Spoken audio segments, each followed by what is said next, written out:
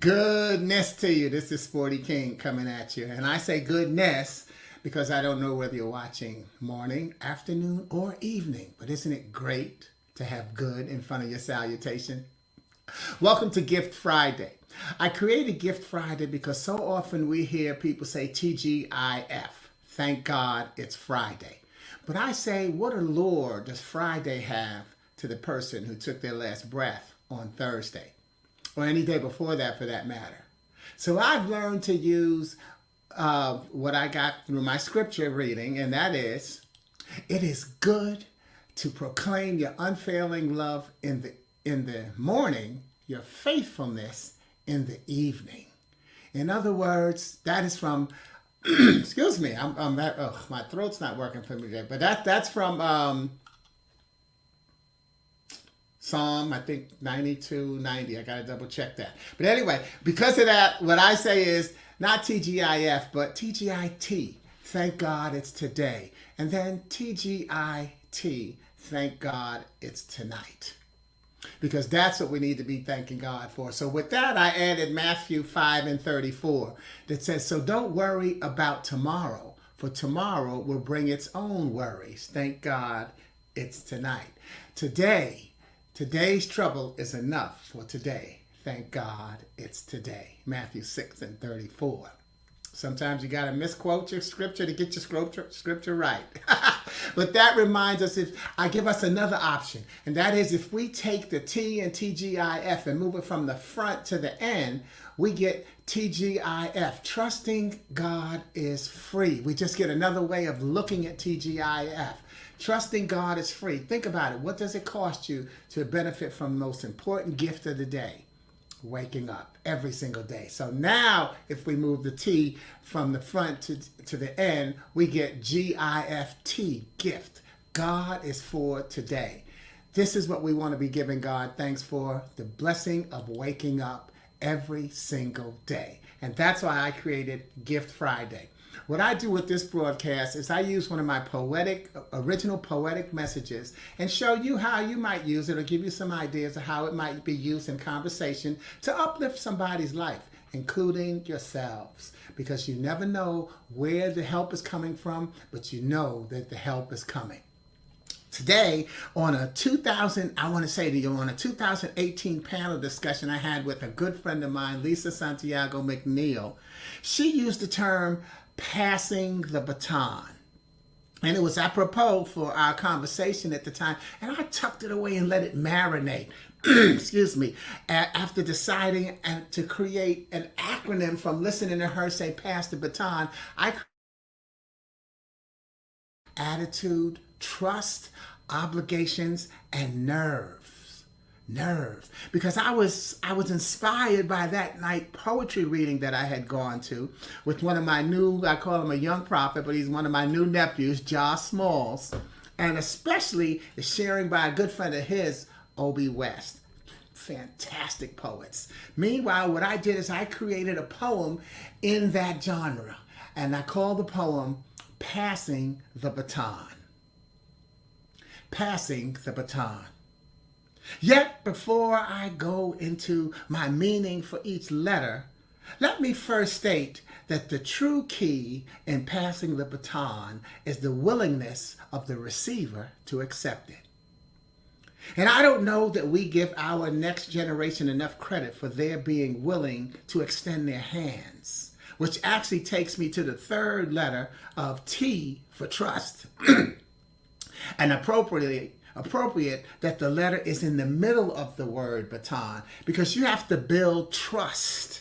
You have to build trust for your beliefs and attitudes to be accepted, so that newfound obligation is worthy of the nerve it'll take to hang on to the baton and pass it with conviction. Or are you passing it along with contrition? Yes, let's go back to the beginning and ask ourselves if we're looking to pass along stale beliefs. Are you passing along cliches that you don't believe in?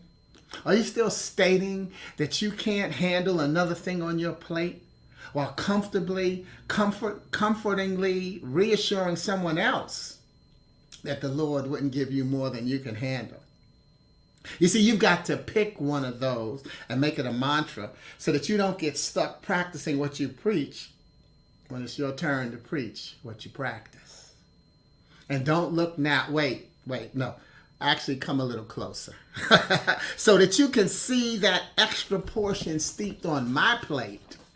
Bless me to realize that I deserve a platter. I make moves, not just sounds, when it's time to do things that really matter.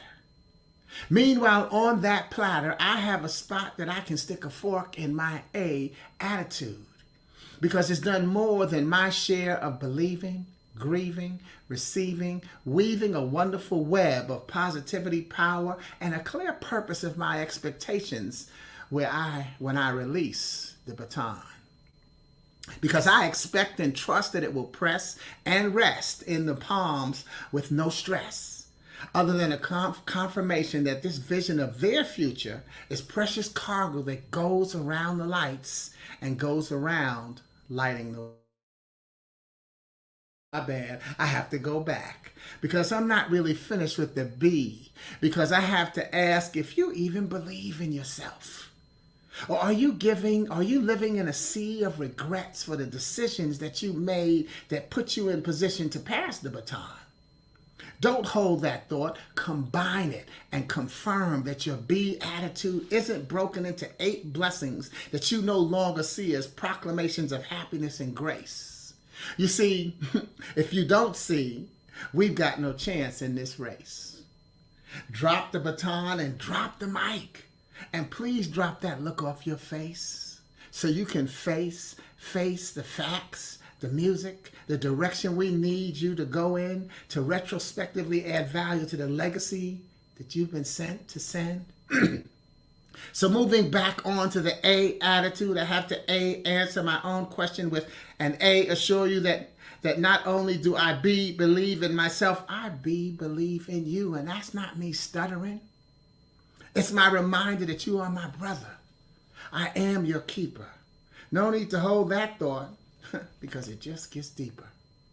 You see, your attitude touches lives with a domino effect of joy because happiness is contagious.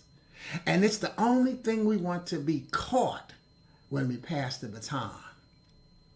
In my book, Morning, Noon, or Night, I have an inspiration that says, the truth is that our youth are headed in the right direction. Every generation wants to redirect the following one after they finally learn from their path. It can't be done. Let them walk their path and create the new vision. The time spent trying to stop them makes that path less clear and more obviously unattainable. So our attitude must be one of support, where we don't express by instead passing the buck of generational questioning of the seed we produced, even as we forget that we couldn't stand it when the buck was pushed on us. These damn kids of today will make it, sometimes because and sometimes in spite of the fact that they're related to those damn kids of yesterday who weren't supposed to make it, based on the lessons we had yet to learn. And yet we continue to keep our expectations HIGH,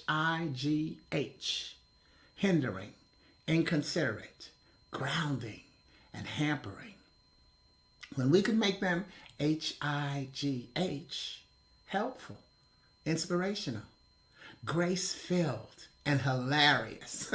Yes, we have to laugh at just how successful they'll be, rather than lament over what it'll cost, when all we really have to pay is attention as they mimic and mirror the steps we take, which honor our trust in our track record and excitement in our obligation to pass the baton. And on and on and on and on until the break of dawn. Yep, with a little old school flavor that seasons our recipe as palatable to their taste. Our obligation is to trust our attitude, to believe in and understand their pace. We have to be much obliged in the blessing that they're making mistakes while we're still here to catch them. and break their fall. The blessing to watch them get back up and make that same mistake until they don't, mistaking that pain which proves to be the lesson we preached, whose echo now spells it out. That we probably were their age and actually do understand. You see, we too were underestimated. And it was believed that the baton would bruise rather than beckon and boost our palm beyond our moderate imagination. We too had to stumble and fall before getting up the end nerve to run the race with laser focus, F-O-C-U-S, finding ourselves. Laser focus, finding ourselves, created unlimited success, as focusing on ourselves allowed others to come into focus. And as we recognize that the pronoun I put the focus on in this poem actually paints the picture of the passer, not the receiver's responsibility. You see, if you give me junk, my option is to nurture your junk or throw it away. If you give me joy, it's my pleasure to keep you involved as I take it to new heights. The true key in passing the baton is in the willingness of the receiver to accept it. This generation will extend their hand and gladly take the baton. Will you extend yours and freely give it, or throw it away out of spite? I'm Sporty King, and I hope you enjoyed that poem, Passing the Baton. Remember, if you'd like to have a copy and you're on Facebook or LinkedIn, just email me your request to sporty@sportyking.com and I'll send you a PDF copy. If you're on YouTube or my website, you can drop that in a thread and I'll send it to you. The reason I asked you to send me the email, by the way, that way I will be responding to your email and that'll get through any firewall or security protection that you have that may think that I'm spamming you with sending you a PDF. So that's why I asked you to request it through my website, through my email address. Just remember, God is for today. And that's the good news, whether you're watching morning, afternoon, or evening. Thank you for enjoying and participating, and have a great and wonderful weekend again. Ciao.